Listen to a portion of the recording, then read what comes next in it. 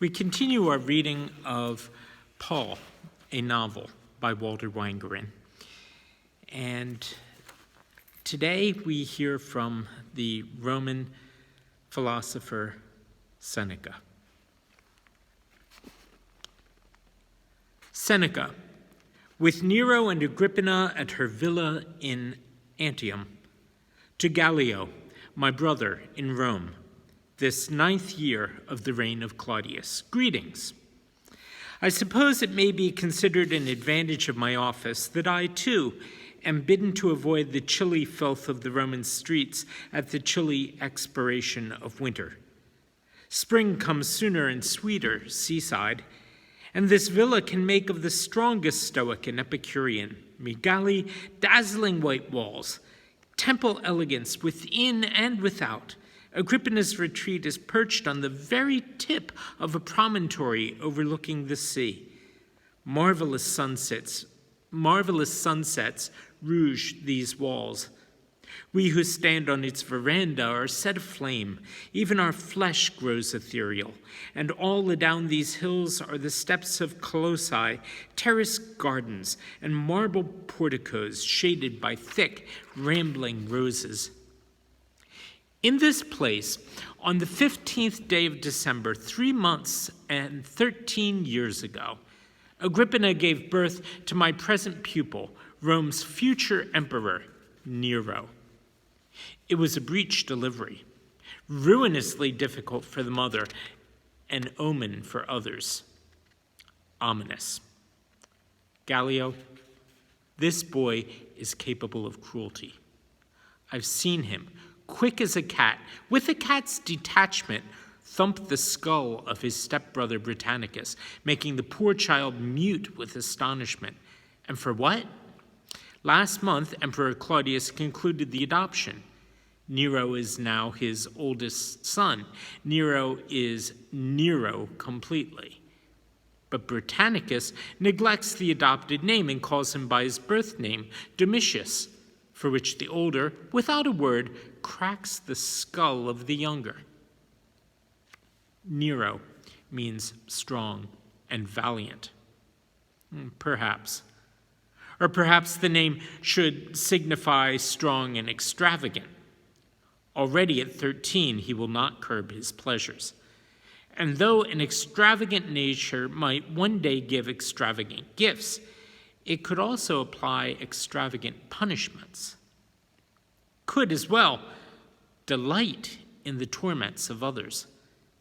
If ever this young lion tastes human blood, I believe he'll never eat grain again. Yes. But I console myself with this, that having taken the cat in hand while he was a kit, I may somewhat have shaped his majority. To some degree, I think I've mollified his bestial nature, giving him reason, a rational mind to bridle, to check, to guide him. Look, I just used the word bestial. I should be careful in my comparisons not to impugn the beasts. Humans act by will and deliberation.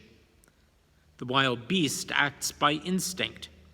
Instinctively, animals treat each other with a natural civility. They do not bite or maul their fellows. Where animals obey instinct, humans can only choose to obey reason. These two, defining the difference between us, do both function as restraints on violence. Disobeying reason, then, or lacking it altogether, humans outbeast the beasts by tearing each other apart. It is my hope that I have led the son of my responsibility into the long, cool halls of reason after all. Maybe.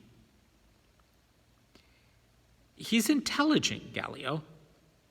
He's also oversensitive and spoiled by the purple flattery that greets him wherever he goes. Though shortish and thickish, faith in that flattery has given him the posture of an aristocrat. Already at 13, this boy commands attention.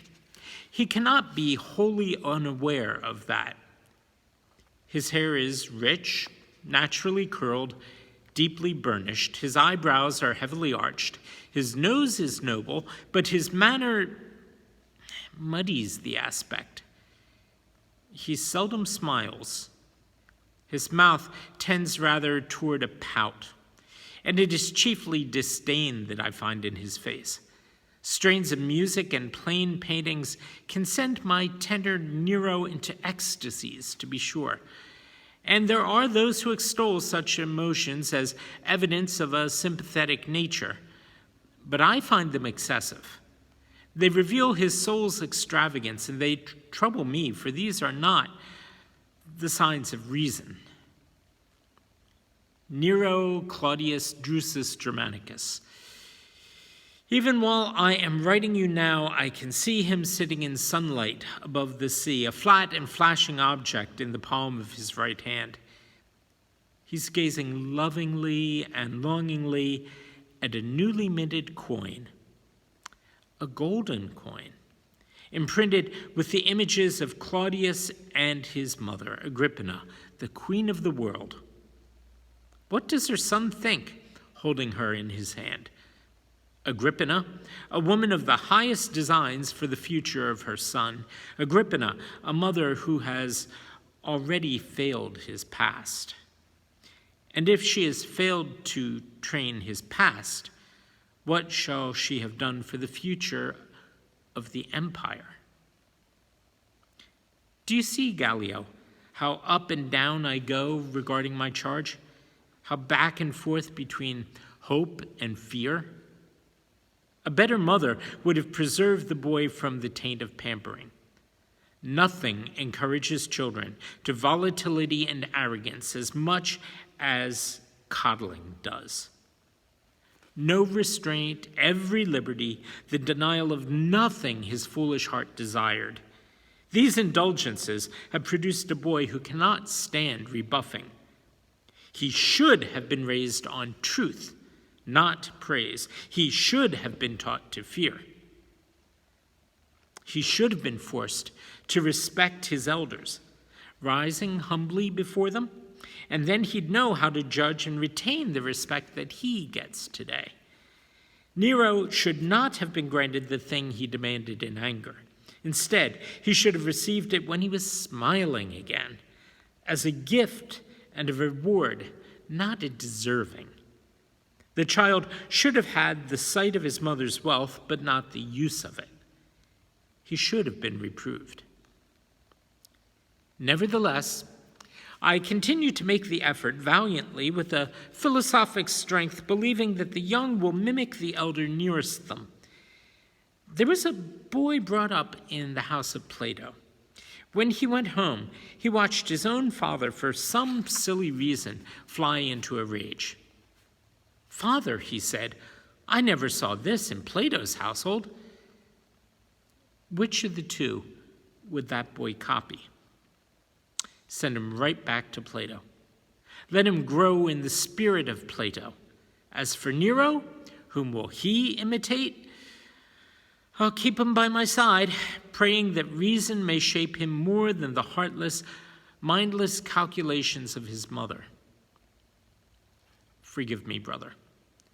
I've spent the greater part of this epistle upon myself, but this last part, devoted to you and to your future, is by far the more important. Gallio, I've persuaded the household of Caesar to elevate you in Rome to the office of consul. Your appointment begins within the month. That shall soon be evident. But wait. Another gift follows. For I have received promises, Migali, that 1 year from now you shall be raised yet higher to the office of proconsul. You shall be given the governorship of Achaia with a posting in the busy city of Corinth.